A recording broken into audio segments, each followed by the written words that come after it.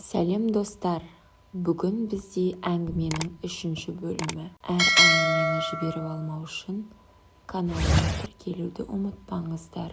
Өтірік халатын ауыстырып Нұрланнан күніге алып отыра жинаған 100 мыңнан аса ақшасын төс тартқышының ішіне тығып, қайтадан ыңқылдап шықты.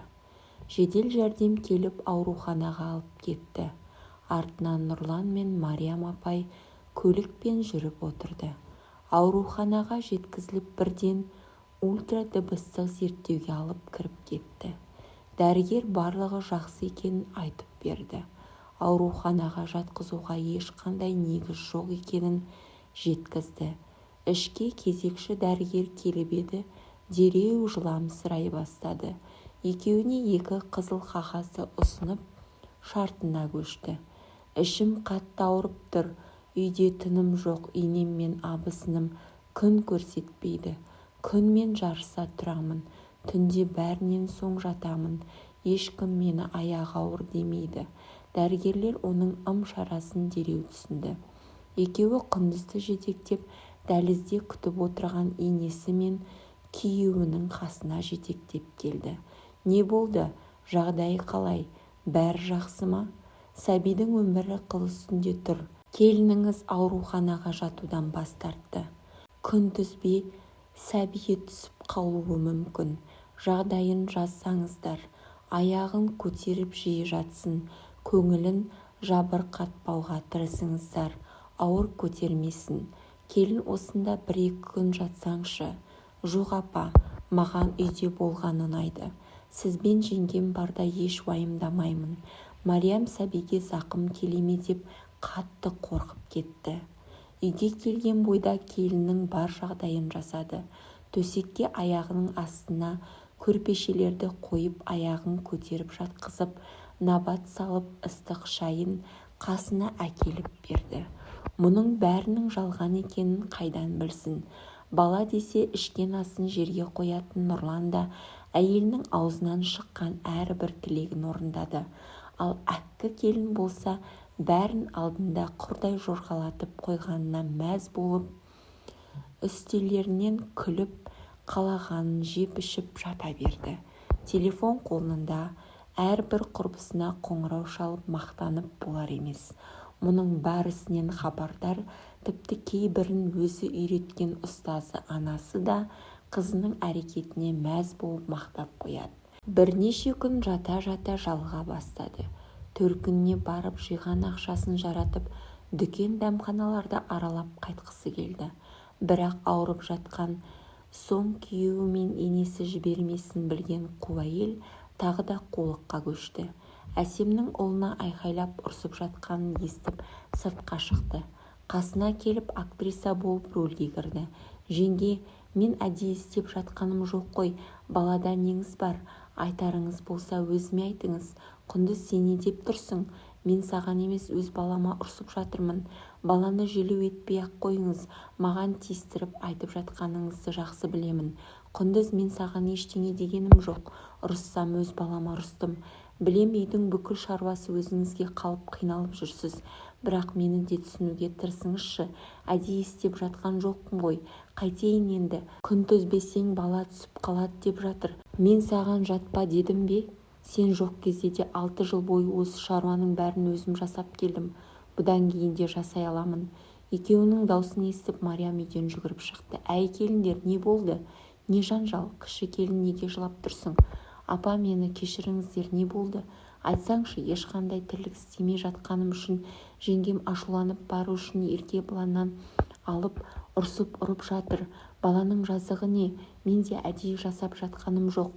Үйдің шаруасына көмектесе алмай жүргенім өзімнің де жаныма батып жүр. Әй әсем келін, сенің мұндайың жоқ еді ғой. Саған не болған? Апа, мен оған қатысты бір ауыз сөз айтқаным жоқ. Баламды күніге ұрсам емес пе? Бүгін ғана көріп тұрған жоқсыздар ғой. Келін, сен бөлмеңе барып жата бер. Жоқ, жатқым келмейді. Бұлай біреудің жүгіргенін естіп жексұрын болып жатқанша тірлік істейін, түссе түсіп қалсын. Құндыз, қойсайшы, айтыңыз, не істейін? Ештеңе істемей-ақ қой, өзімнің ақ шамам келеді. Бар жат деген соң жатсашы. Әсем ашулана дауыс көтеріп сөйледі. Неге айқайлап тұрсыз? Мен сізге не істедім? Енесін өз жағына шығару үшін еңкілдеп жылап жіберді. Сіз де ана емессіз бе? Әрбір ана өз сәбиі үшін алаңдайды. Бар жазығым ішімдегі сәбиді ойлағаным ба? Құндыз өкпелегендей сыңай танытып бөлмесіне кіріп кетті. Артынан енесі мен Әсемнің жанжалдасып жатқанын естіп, жоспарының бір бөлігі іске асқанына қуанып, аяғын аспанға көтеріп жатты. Кешке Нұрлан келер уақытта бөлмесінен шығып, өтірік тірлік істеп жүрген адамның кейпіне енді. Құндыздың кесірінен еш жазықсыз енесінен сөгіс естіген жеңгесі қабағын түйіп, үн-түнсіз тірлік істеп жүрген болатын. Оның ашулы екенін Нұрлан да байқады. Түн болып әркім өз бөлмесіне кіріп кетті. Құндыз өзінің жоспарының екінші бөлігін орындауға кірісті. Өтіріктен ақылдап ауырсынған адамша ыңырсып келіп төсекке жатты. Не болды, ауырып тұрсың ба? Саған дәрігерлер көп қимылдама, бір аптадай күтін демеп пе еді? Жеңгемді көрдің бе? Иә, өзі бірдеңеге ашулы сияқты. Не болды, тыныштық ба? Мен ештеңе істемей жатқаным үшін ашуланып ұрыс шығарды. Қойшы, жеңгем ондай емес, тірліктен қашқан адам емес. Сонда мен өтірік айтып тұрмын ба? Білмеймін ғой енді. Ішім қатты ауырып тұр. Дәрігерлер төсектен тұрмай күтін деп еді. Жаным, мен бұл үйде жата алмаймын. Жеңгемнің ашуланғаны жаныма батып, одан әрі қинала түсем. Мені төркініме жіберші. Анам бар жағдайымды жасайды, өтінем. Мен үшін болмаса да сәбиіміз үшін. Құндыз өз жоспарын сәтті орындап, жарын дегеніне көндірді. Нұрлан жеңгесіне ашулана, қасынан көзін алартып өтіп, анасымен сөйлесті. Апа, Құндыз 2-3 күнге төркініне барып қайтсын. Біраз күтініп, ауырғаны басылғанша сонда бола тұрсын. Балам-ау, үйде де күтініп жатқан жоқ па? Күтінгені осы ма? Түні бойы ауырып көз ілмей шықты. Маған сәбиімнің аман-есен дүниеге келгені маңызды. Басқасына түкіргенім бар. Баласының ашуланып тұрғанын, бірдеңе дегеннен құлақ аспағанын білген анасы еш қарсыласпады. Осылайша өз мақсатына қол жеткізіп, төркініне барып, сауық-сайран құрып, дүкен аралап, мәз болып қайтты.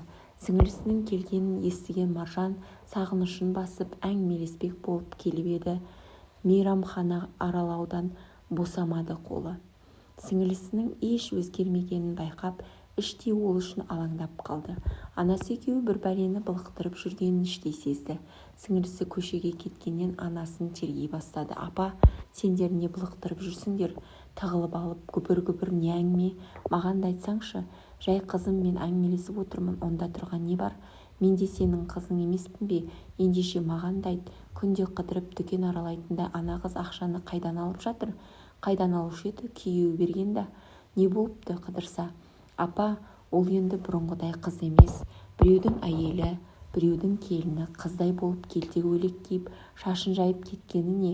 Кішкене ана болып ақыл айтсаң қайтеді? Әйел болса болды, орамалға бүркеніп, ұзын көйлек кию керек пе? Қалағанынша жүре берсін.